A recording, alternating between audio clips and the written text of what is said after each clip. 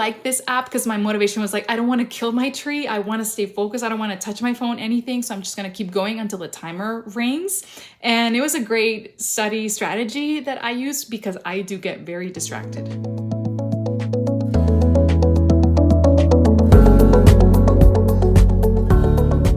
My name is Lily. I'm a neurologic physical therapist, and I'm so glad you're tuning in for this next episode. As you know, this is NCS study season, or if you're studying for any other specialty exam for physical therapy, this is around the season that you start studying. So today we're going to be talking about study strategies. I'm going to teach you some of the most effective strategies that have been supported by the research, and these strategies will help you retain more information and use your time so much better and wiser than you think. So for each strategy, I'm going to describe what is it, and I'm going to give you actionable step-by-step on how you can start implementing the strategies. So let's get started. The first strategy is called active recall. So this is one of the most powerful strategies out there because it's simply what you pretty much know about what is studying. So this is actively recalling the information when you're studying versus passively reviewing the information. So how can you implement active recall? Instead of just reading the notes or just watching the videos that they're out there, you're going to close the book or make notes and then quiz yourself and trying to see if you remember the information. So this means asking yourself key questions about the information. So it works because it forces your brain to strengthen those neural connections. And so now we're talking about salience, right? So neural connections.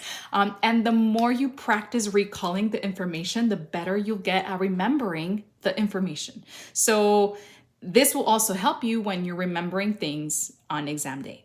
Number 2 is spaced repetition. This is all about timing your reviews so that you reinforce the material before you're going to forget it. In terms of spaced repetition, there's numerous studies in cognitive and educational psychology that have studied this specific study strategy. So basically, if you space out your encounters with the material or with the study notes or etc. over time, if you space them out over time, it'll produce superior long-term memory retention or long-term learning. How can you start with spaced repetition? Now, number 1, there's apps like Quizlet or Anki, or you can create your own flashcards. But if you have a software, they will specifically help you with the exact strategy. So basically, the ones that you get right, they're going to separate it.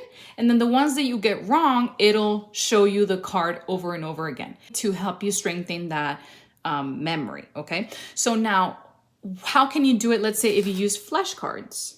When you're first learning some information, you're going to review it shortly. Let's say I'm reviewing TBI. You're going to review it shortly after you're learning the information. As the time passes from the initial exposure, you're going to start increasing the interval. So let's say at the beginning, let's say my TBI questions, I'm going to review them the next day. And then in 2 days, and then in 3 days. So that's the strategy for spaced repetition that you can utilize. So those are the 2 ways that you can utilize the study strategy. I hope that makes sense.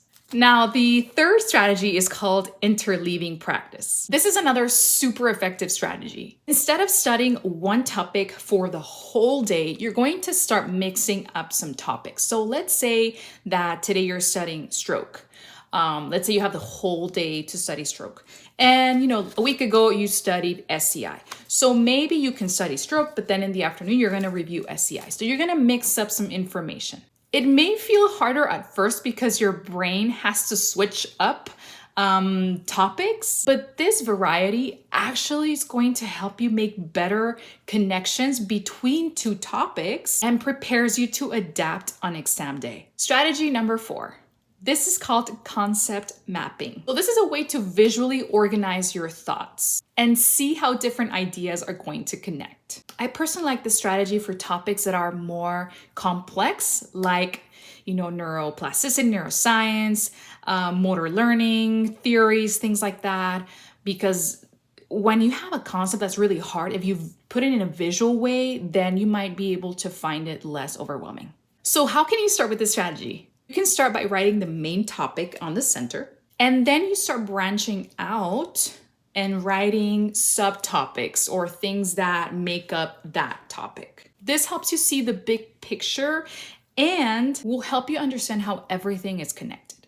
Strategy number 6, teach back method, and one of my favorites. One of the best ways to demonstrate to yourself that you actually understand the information is teaching back to others. If you don't know how to teach it, then you really don't know it.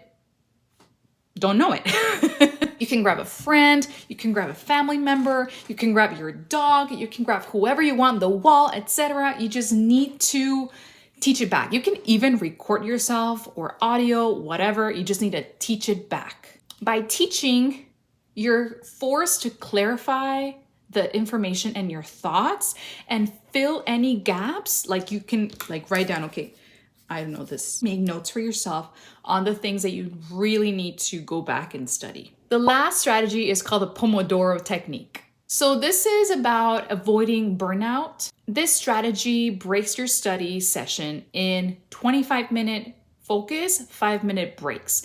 Now you can obviously start lengthening those focus times because you're also going to have to train your brain to have better endurance over time.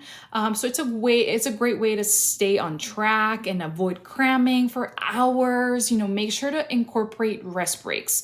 So after several sessions, maybe 25, 5, 25, 5, 25, 5, then you can take a longer break. So 15, 30 minutes, etc. or whatever. If you want to take lunch, you have it.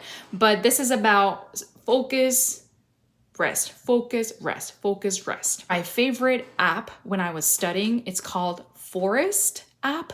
And basically this app is going to set a timer. And while the timer is going, you're growing a tree.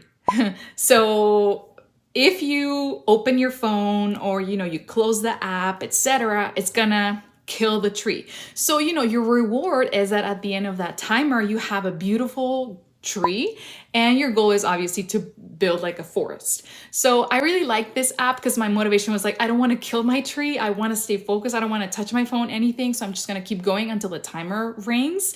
And it was a great study strategy that I used because I do get very distracted.